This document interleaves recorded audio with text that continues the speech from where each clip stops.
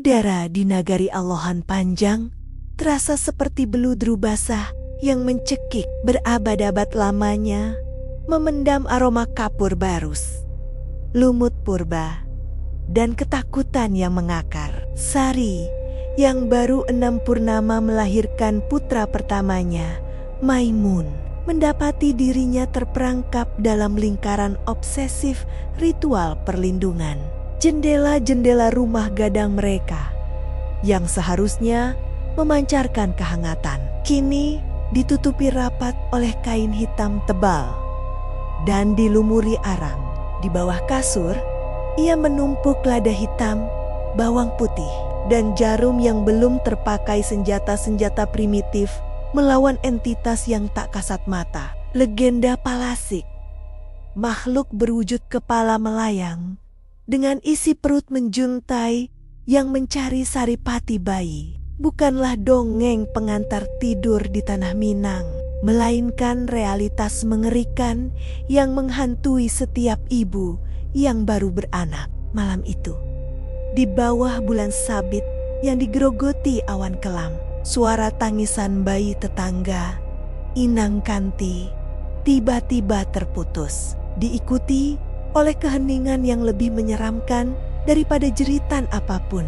Sebuah keheningan yang memberitahu seluruh dusun bahwa batasan antara dunia manusia dan dunia terkutuk baru saja dilanggar, dan bahwa Sari harus menggenggam Maimun lebih erat lagi, seakan jiwanya adalah tali penambat terakhir di ambang jurang. Kegelisahan itu bukan hanya soal keselamatan fisik, ia adalah racun sosial yang mulai merusak rasa percaya antar warga.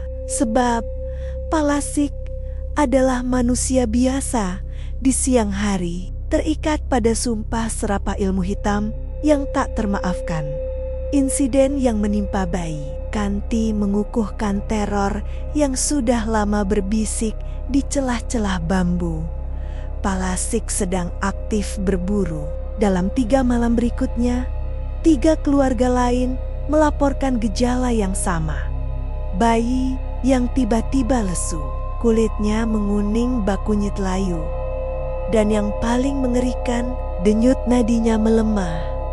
Sioleala seluruh cairan kehidupan telah disedot secara perlahan oleh kekuatan tak wajar. Sari, yang biasanya ramah dan suka bergaul, kini mengurung diri dalam kamar, menolak kunjungan siapapun, bahkan dari sanak saudara, karena takut entitas itu menyamar. Ia mulai menyaring setiap interaksi, setiap senyum, setiap tatapan yang bertemu dengannya, membiarkan paranoia merobek jalinan sosial yang selama ini menopang desa. Ia ingat wejangan neneknya, bahwa Palasik adalah cerminan dari kedengkian yang tak terobati, kemarahan terhadap takdir yang diwujudkan dalam sihir terlarang, yang berarti Palasik itu hidup di tenggat-tengah mereka, bernapas bersama mereka, mungkin bahkan makan sepiring dengan mereka.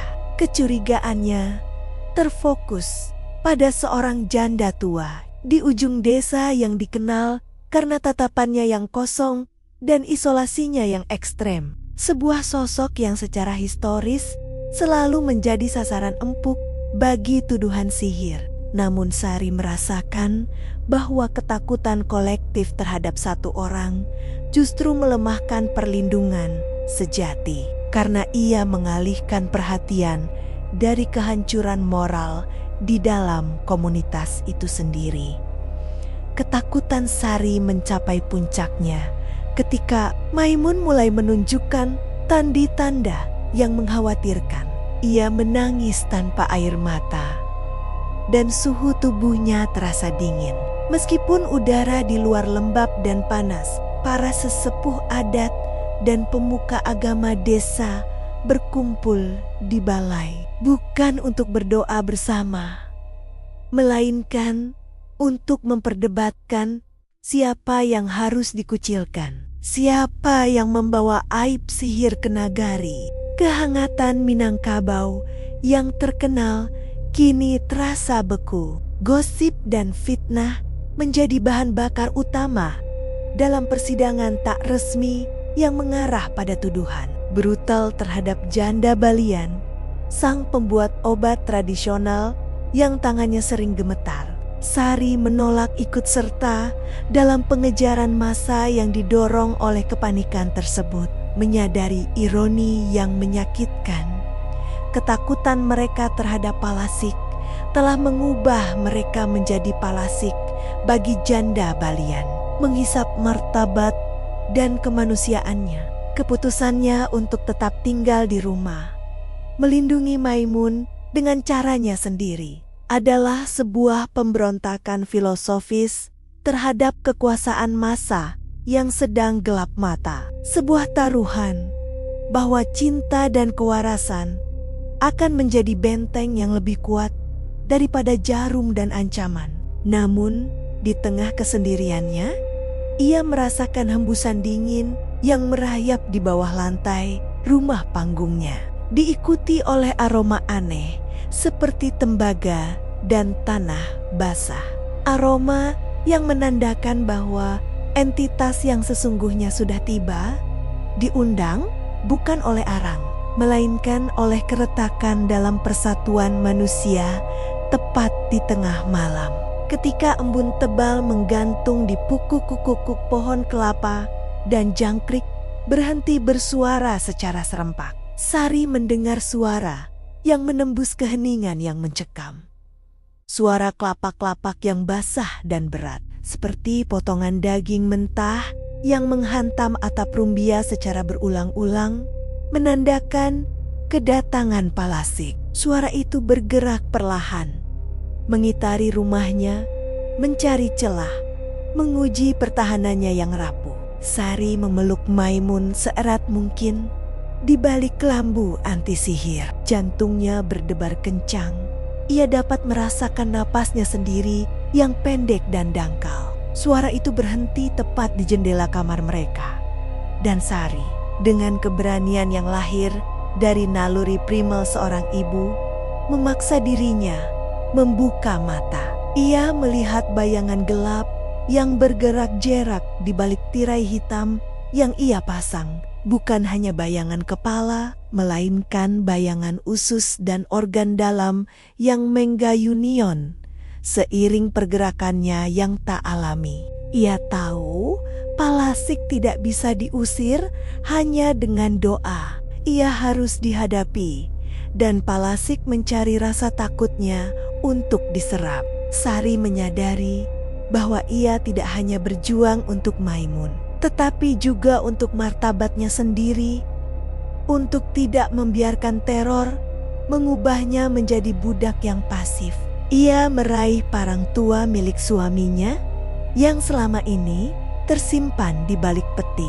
Sebuah simbol kekuatan yang selama ini ia abaikan demi ritual, dan berdiri tegak menghadap jendela, siap untuk melakukan pertempuran yang melampaui batas-batas fisik. Pertarungan itu tidak terjadi dalam bentuk ayunan parang. Ia terjadi di udara. Dalam pertarungan kehendak yang dingin, tirai hitam tersibak oleh dorongan kekuatan tak terlihat, dan Palasik itu menampakkan wujudnya yang mengerikan. Kepala seorang wanita, pucat dan bengkak, dengan mata hitam pekat yang memancarkan kebencian murni dan duka yang tak terukur.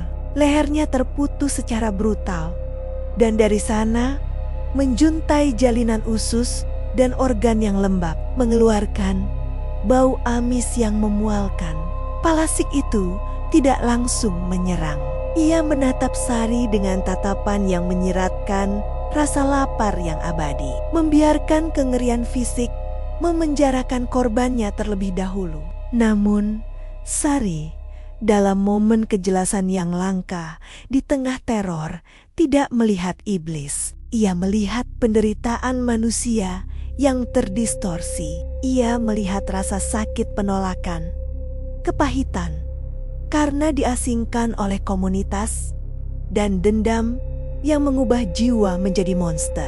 Ia berteriak Suaranya parau namun tegas. Bukan kata-kata sihir, melainkan tantangan yang menghantam inti eksistensi entitas tersebut. Aku tahu siapa kamu. Kamu adalah air mata yang tidak pernah ditangisi. Kebencian yang dipendam oleh nagari ini. Pengakuan itu, pengakuan bahwa Palasik adalah hasil dari kegagalan masyarakat, menciptakan riak kejutan entitas itu yang terbiasa menghadapi jeritan ketakutan, sejenak goyah oleh pengakuan kemanusiaannya yang hilang, memberinya jeda sepersekian detik yang dibutuhkan Sari untuk mencungkil jarum penolak sihir dari bingkai jendela dan melemparkannya ke arah jalinan isi perut yang menjuntai.